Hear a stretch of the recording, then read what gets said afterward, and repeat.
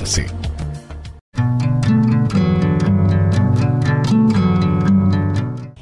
Ele é rico em potássio, faz bem para a pele e de tão gostoso caiu no gosto dos brasileiros e foi parar aqui na caixinha. Mas será que o que tem aqui no coco verde também tem na caixinha? Para falar sobre isso, eu converso com a nutricionista Daniela Muniz. Daniela, o que tem aqui no coco também tem aqui na caixinha? Na verdade, a composição de água, proteínas que tem no coco também vai ter na caixinha. O grande problema que a gente encontra para diferenciar o natural do industrializado são os conservantes.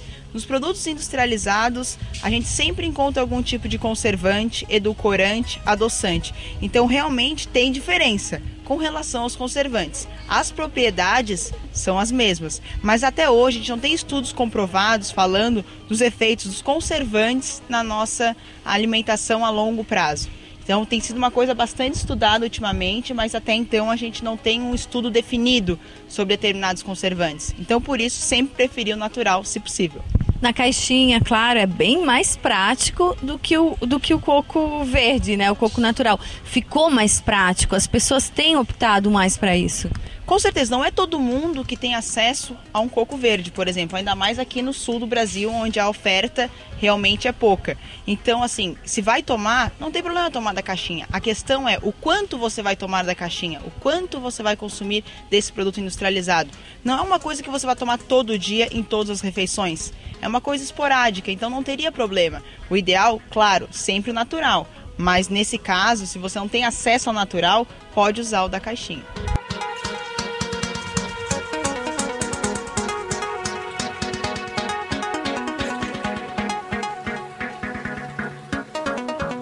Daniela, vamos dar uma voltinha agora para ver o que a gente está comendo.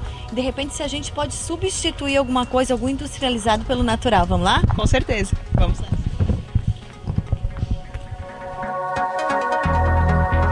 Daniela, e o aspartame? Adoçante todo mundo usa, muita gente usa. Como é que fica o aspartame?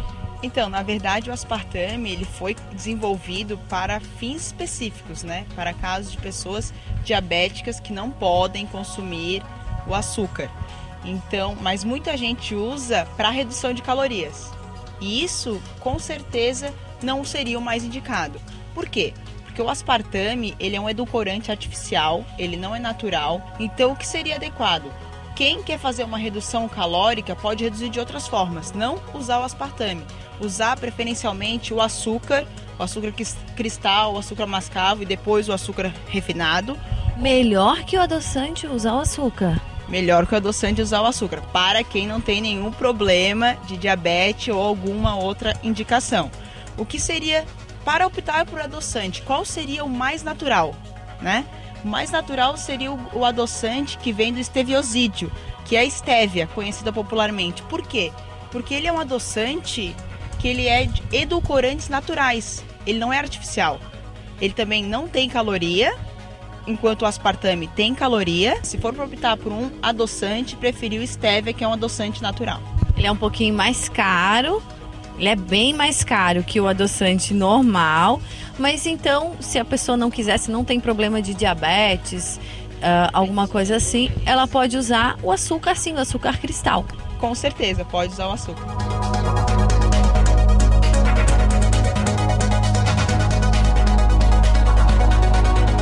Monoglutamato de sódio. Parece até um palavrão, mas é aquela coisinha que deixa a comida bem mais gostosa, bem mais saborosa. E o problema, onde está o veneno nisso? Na verdade, o monoglutamato de sódio, ele é um sódio do ácido glutâmico. Então, ele tem sido muito utilizado na indústria como por dar realmente esse gostinho a mais. É um sabor que não é nem salgado, nem é doce. Durante muitos anos foram feitas pesquisas usando esse monoglutamato para ver quais seriam os efeitos dele a longo prazo. Muito já se falou e ainda existem especulações falando sobre o aparecimento ou favorecendo o surgimento de mal de Alzheimer, enxaquecas, doenças cardiovasculares mas nada foi realmente comprovado. Hoje, a Anvisa, que é a Agência Nacional de Vigilância Sanitária, que faz a relação de alimentos, para o Brasil, ela estabeleceu um padrão, onde a indústria pode usar X quantidades de monoglutamato de sódio. Não está 100% liberado, nada. Não, ele existe. Os alimentos que a gente encontra hoje no mercado, eles estão dentro da norma. Mas existe uma norma que especifica o quanto deve ser utilizado de monoglutamato de sódio nos alimentos. Um sachê, na verdade, 1.833 miligramas, sabendo que no alimento normal que a gente come, inclusive alimentos que são doces, ele tem um pouco de sódio.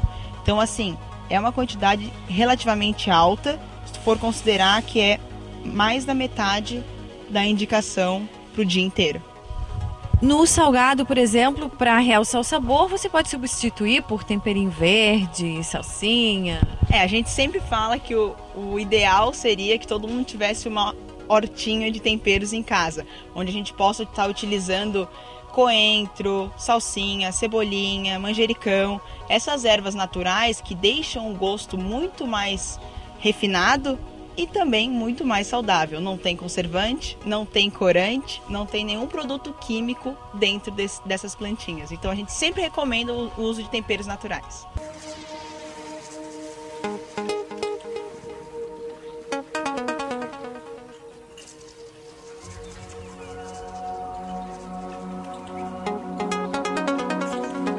Um cachorro quente de vez em quando é bom, né? Mas a salsicha, ela é bem perigosa para nossa saúde.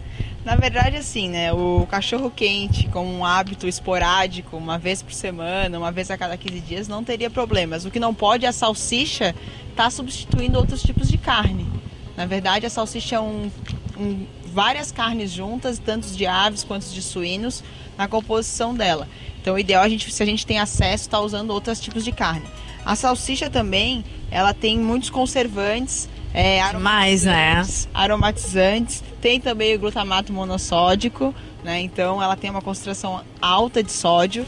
Então normalmente a gente recomenda que use carnes e deixe a salsicha para eventos especiais, a cada 15 dias, uma vez por semana. Daniela, e existe uma forma mais saudável de consumir a salsicha? Então a gente sempre fala consumir a salsicha junto com a vitamina C. Não refrigerante de laranja, a vitamina C vinda de sucos naturais, como suco de laranja e suco de limão. Por quê? Porque a salsicha no nosso organismo, ela forma nitrosaminas, que são substâncias que têm um poder carcinogênico. Não quer dizer que vai formar o câncer se você comer esse cachorro quente uma vez. Mas a vitamina C presente nos alimentos naturais, ela quebra esses radicais livres formados pelas nitrosaminas. Então isso a gente sempre recomenda consumir salsicha com suquinho de laranja natural.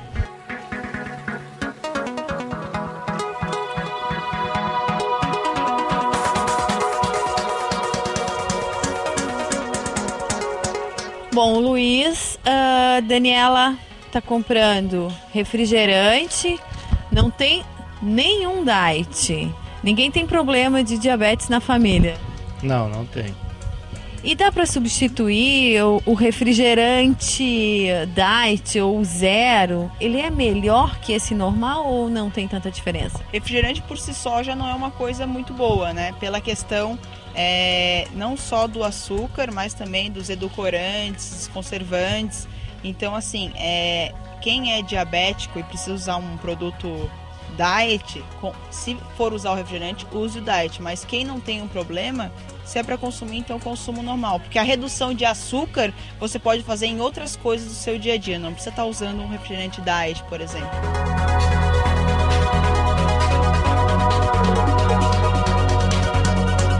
Daniela, gordura trans. Que são gorduras trans? Então, a gordura trans é uma gordura que passou por um processo de hidrogenação natural ou industrial. O que seria o processo natural? Que acontece no rumen de certos animais, como a vaca, por exemplo, animais ruminantes. E o industrial é o processo da indústria na transformação de óleos vegetais da forma líquida para a forma pastosa, que é a forma utilizada em determinados alimentos, até para dar uma consistência melhor, a cremosidade. Então, por isso que a indústria vem utilizando bastante a gordura trans, a gordura hidrogenada que seria a gordura trans, para a produção de certos alimentos. Trans é possível ou ela está presente em todos os alimentos? Não, na verdade a gordura